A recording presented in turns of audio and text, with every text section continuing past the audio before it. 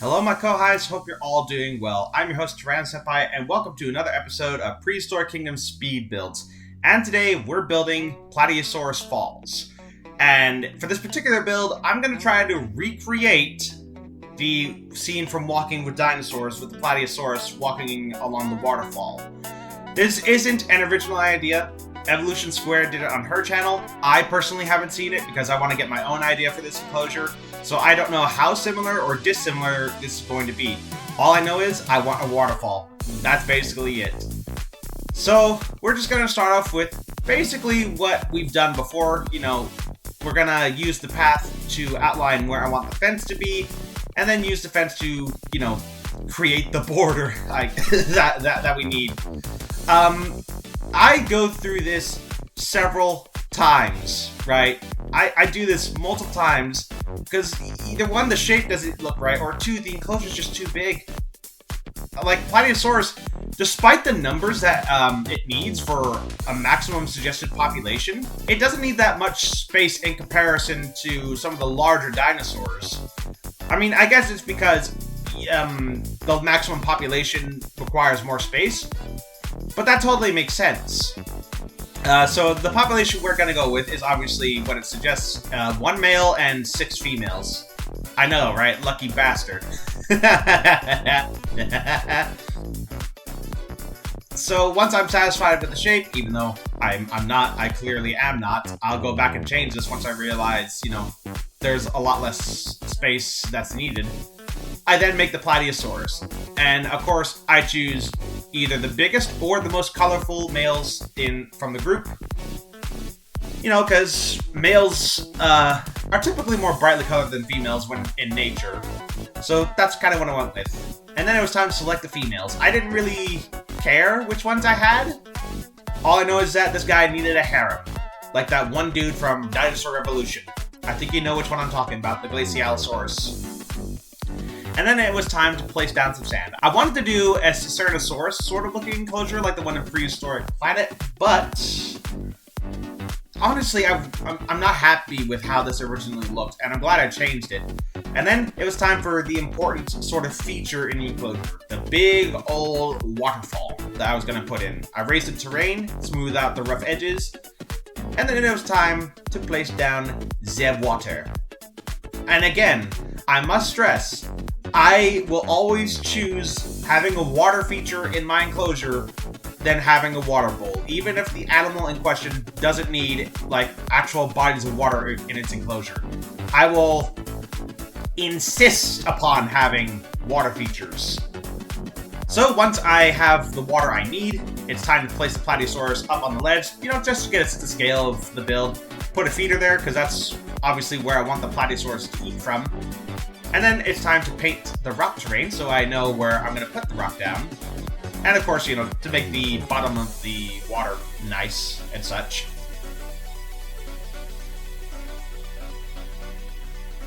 Once that was done, it was time to actually build up the waterfall. I initially wanted to avoid using the walls that you get from these modular bits, because I don't think we saw rocks in the waterfall from Walking With Dinosaurs in that particular scene. But look at how nasty the terrain can get when you use the flatten tool on a raised surface right next to it. It looks so bad, and there's no way I could have hidden that with the waterfall special effects. So I had to put these rocks down. I would love if eventually, that did get patched or something, but I don't think I'm going to hold my breath. I keep building up more of the cliff wall, and I get rid of some water because I have a special plan for this little bit of land here. That'll make sense in the future. Or literally in the next couple of seconds, I guess. Because once again, this speed build is at 8 times speed. I put down a termite mound because apparently this is the enrichment Plateosaurus likes. I was kind of surprised because I was expecting the frozen fruit, but apparently not. They actually prefer the termite mound. Which I'm not going to complain. The boundary between herbivory, carnivory, and everything in between is basically not as black and white as one would think. It's actually kind of a very 100 shades of gray area. I decided to say 100 because the halfway point would have been very bad. Oh. I keep building up the cliff walls. I make the water a bit deeper for them to possibly swim in, but honestly, these creatures are so big, I don't think they can swim in here. These are, I think, the biggest creatures we have in the park at the moment. And honestly, that's kind of a cool idea. Like, Dilophosaurus is our biggest carnivore so far in the park, and Plateosaurus, at the moment, is the biggest herbivore. And yet, they're nowhere close to the mass of the creatures that are eventually going to be put in the park, because eventually, Argentinosaurus is going to be put in here. And it's going to be a massive enclosure when they get added to, you know, the park. And of course, there's also stuff like Brachiosaurus, and eventually Apatosaurus and things like that. So, yeah, these guys won't be the biggest forever. I put down another termite mound, and, you know, just shift some things about, making it look more natural, I guess, but also still... I don't know how to explain it. It looks natural, but also suits my needs, so I guess manipulated. I don't know. Because clearly I don't think this is how actual terrain works. But it's my imagination, so whatever. Then it was time to choose some plants. I decided to go with grassland because, you know, we don't have any grassland enclosures. I think it made sense, even though during the Triassic period, grass hadn't evolved. In fact, there was no grass during the time of the dinosaurs until like the Cretaceous period. And even then, there was barely any. It was so rare. It's hard to imagine a world without grass, but that's what it was like during the time of the dinosaurs. In fact, during the Triassic, there weren't even flowers. Kind of hard to imagine, like, because we look at our current world today, we see grass everywhere and flowers basically in everyone's house, especially gardeners and things like that. And it's insane to think about a world that didn't have that. It's just absurd. Anyway, I did speak over the bit of the waterfall. I am really happy with how, like, the water effect turned out. I'm happy that the effect actually reaches to the level I wanted it to. It worked out really nicely. I just really wish that it had like a proper waterfall sounding, a whoosh, like a whoosh sound effect, to really make it all come together. Putting down some more trees, you know, to offer shade, as well as, you know, trying to add some color amongst this sea of beige and brown. And of course, building up the rest of the cliff. This goes on for quite some time. I do try to spice it up just a little bit. And once again, I've said this time and time and time again, thank God for copy and paste in this game. I don't know what I'd do without it. It saved me a lot of time with trying to build these extravagant looking enclosures. Well, I say extravagant, but they're probably far better park builders than me. Because I really don't have the patience of most people. I also did this speed build while I was on call, because sometimes when I do speed builds, I actually go on my Discord server and go into a voice chat and stream this. And just talk to people while I'm doing it and ask for their input. A lot of this was actually their idea.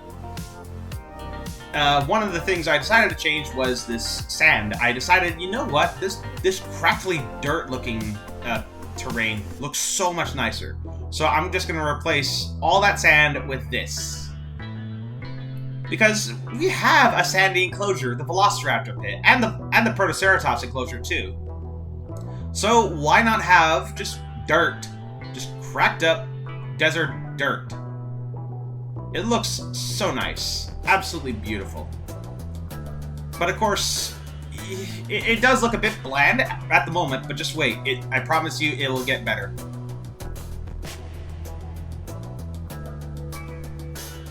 Once I'm satisfied with the terrain paint, it's back to placing rocks, and making sure there are no visible gaps in the wall and all that stuff.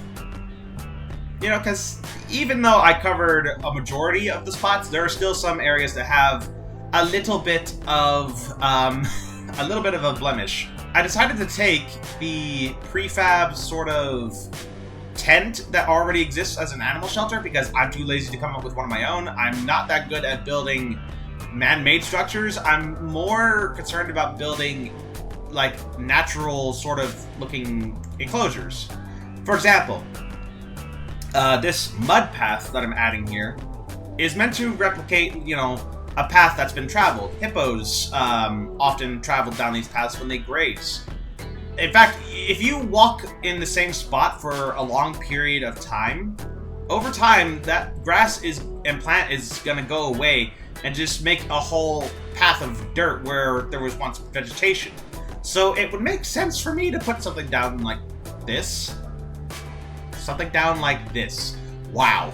English is so sucky right now, even though it's my first language. And my only language. And then I decided to place down grass, even though, once again, as we said a lot already, grass wouldn't have really been around during this time. But it makes the land seem a bit more alive than just brown, even though this is, it's yellow, I guess. It's not completely brown. And I actually can get away with a generous amount of grass in this enclosure. Like, a lot more than I thought I would be able to get away with. It's kind of absurd, really.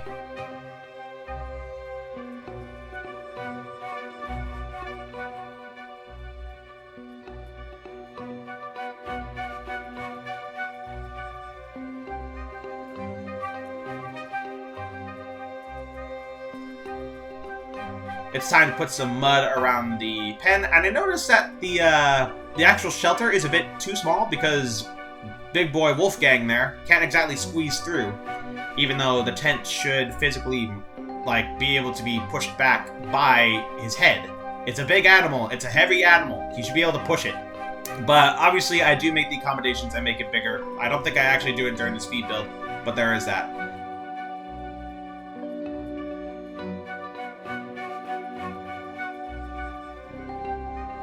And now I'm going to build like a little sandy area for them to, you know, sunbathe and also get some food. Because, honestly, without it, this enclosure would look very, very, very barren.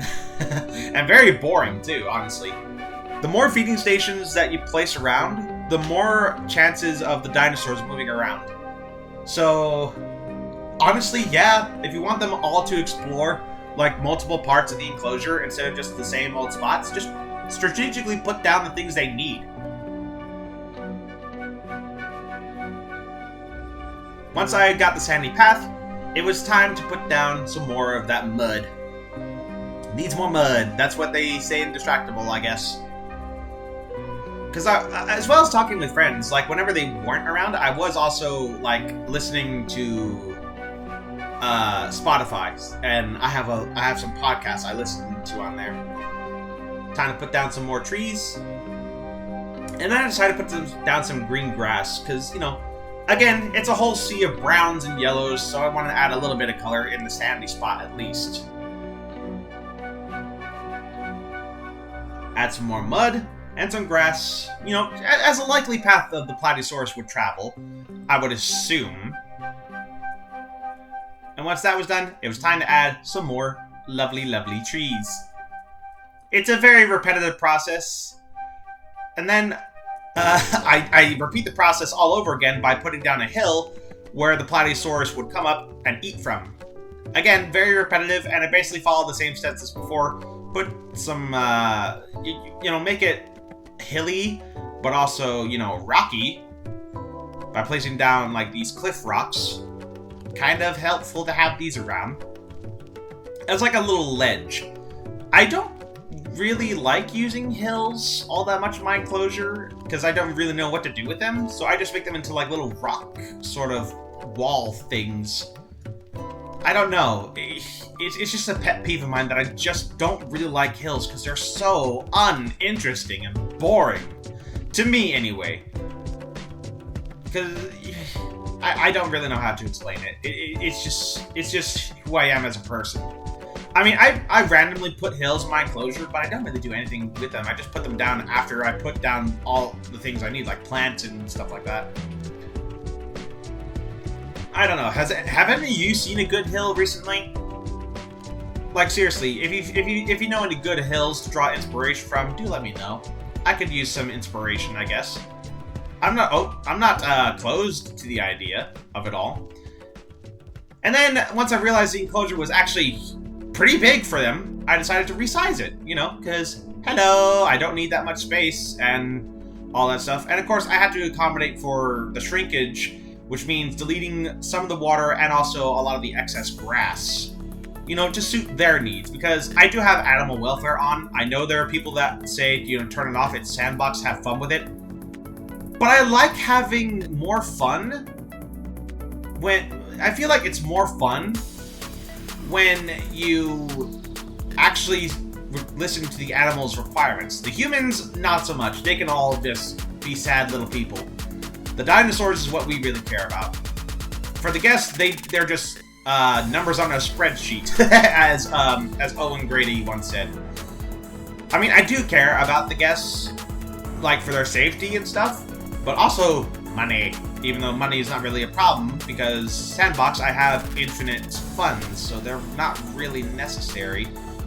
They're just numbers on a screen, not even on a spreadsheet. I guess when you take all that into consideration. And of course, there's also, you know, all that stuff with the staff. I really wish that you could keep staff welfare off every time you load a save. I don't know why that's a bug at the moment.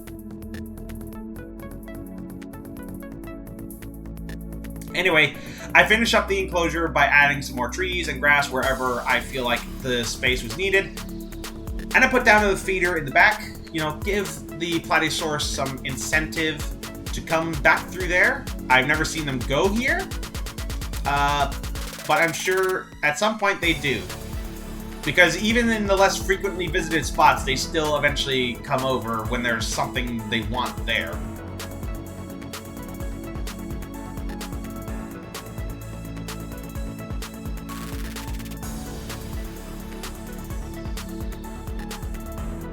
Put down some muddy path, add some more grass, and that's basically the enclosure finished for the most part. So yeah, that is the Plateosaurus enclosure. And without further ado, I guess we should go ahead, finish up this speed build, and take a look at it up close and personal. And here is the Plateosaurus Falls. But before we do go in, I did want to show off this little zone here. Because, you know, I had a little bit of a problem over here with people, like, lining up in a big queue like this one kind. Yeah, exactly like that. All lining up, taking up space, and all that stuff. So I decided to get some more accommodations. There's a bathroom there, there's a kiosk here, and, of course, there's also the Bronto Burger here. I'm not really good at trying to make human sort of facilities, so I just use what already exists in the game. Bite me. Or I use prefabs from the Steam Workshop and all that stuff. But anyway, that's that zone. And now for what you came here for, the Plateosaurus enclosure. So I really like how it turned out. This fence, though, really would have liked something a little bit better. I'm really hoping we get more fence varieties in the future other than this.